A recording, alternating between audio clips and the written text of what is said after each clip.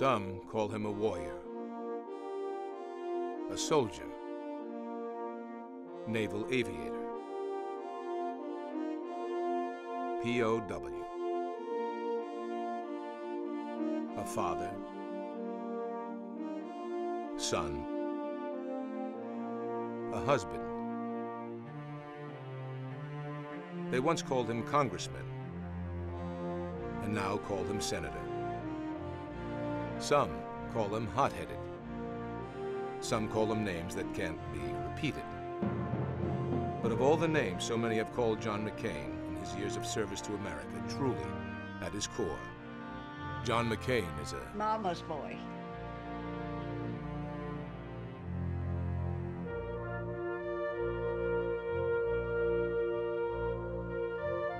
A four-star warrior for a grandfather, who stood on the USS Missouri and watched the Japanese surrender, went home from war the next day, and died. A four-star father, commander of the Pacific at the time his son was a prisoner of war in Vietnam. His father would take a single guard and drive to the border between North and South Vietnam. He'd stand for hours, gazing north. It was as close as he could get to his son, who was imprisoned in downtown Hanoi, the city he'd just ordered to be carpet-bombed. It was a love for America above all else for the McCains. Our military family is like all military families.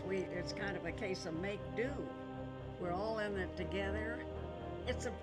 A Navy family, in my view, is wonderful.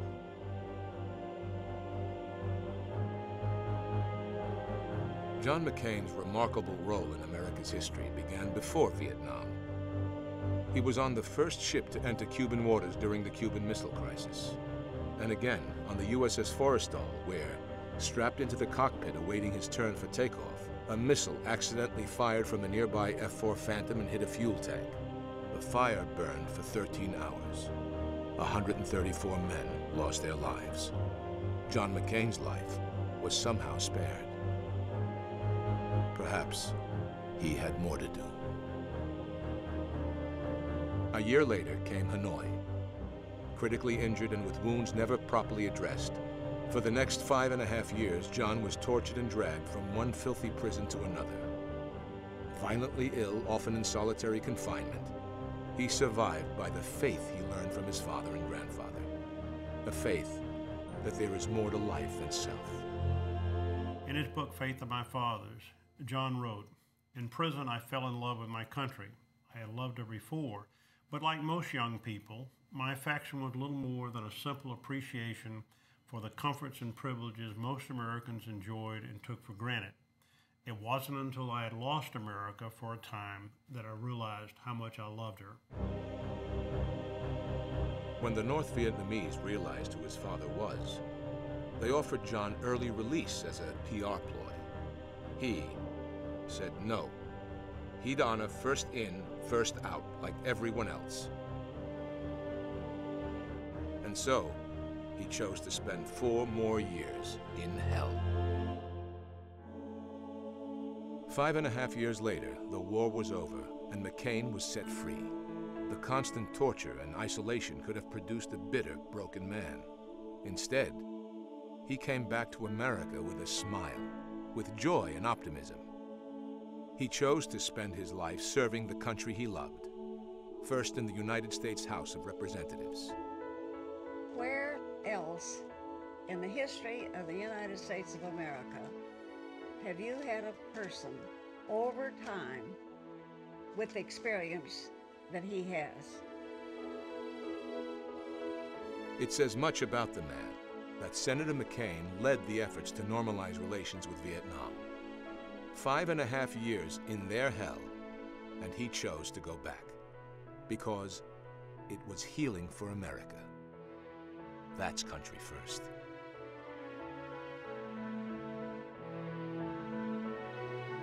He staked out a name for himself as a common-sense conservative, pro-life, smaller government, a faith in the American people's ability to chart their own course, committed to protect the American people, a ferocious opponent of pork barrel spending, and would do most anything to keep taxes low, keep our money in our pockets.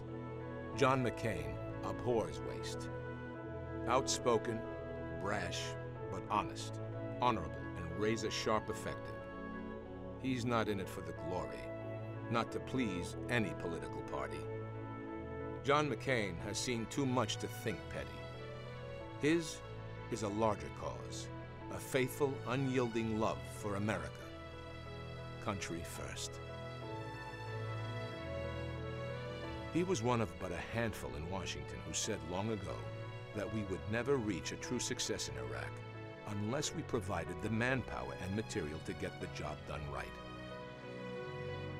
And today, our nation stands thankful for that warning, as our troops are now able to provide the kind of security in Iraq that will lead to peace in that country, a more stable Middle East, and greater security for our families here at home. No one cherishes the American dream more. Father of 7, his children represent an all-American panorama, stretching from an airline pilot to a son in the Navy, a son in the Marines, to his youngest daughter, a teenager now, who became a McCain after his wife Cindy discovered her as a baby in one of Mother Teresa's orphanages in Bangladesh. What a life. What a faith. What a family. What good fortune that America will choose this leader at precisely this time. The stars are aligned. Change will come. The change must be safety, prosperity, optimism, and peace. The change will come from strength. From a man who found his strength in a tiny, dank cell, thousands of miles from home. He will renew America. He loves our country. Country will always be first with my son, John McCain.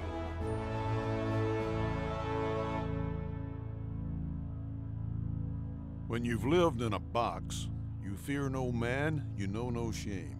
You've known hate, you've known elation. You've longed, you've dreamed, you've reached, and you've forgiven. When you've lived in a box, the world becomes clear. No time for petty, no time for wrong, just time for right. Each moment sharply aware, each step part of a journey. When you've lived in a box, your life is about keeping others from having to endure that box. You shout, you push, you lead. You left long ago the shallow of self and put your people first, your country first. John McCain.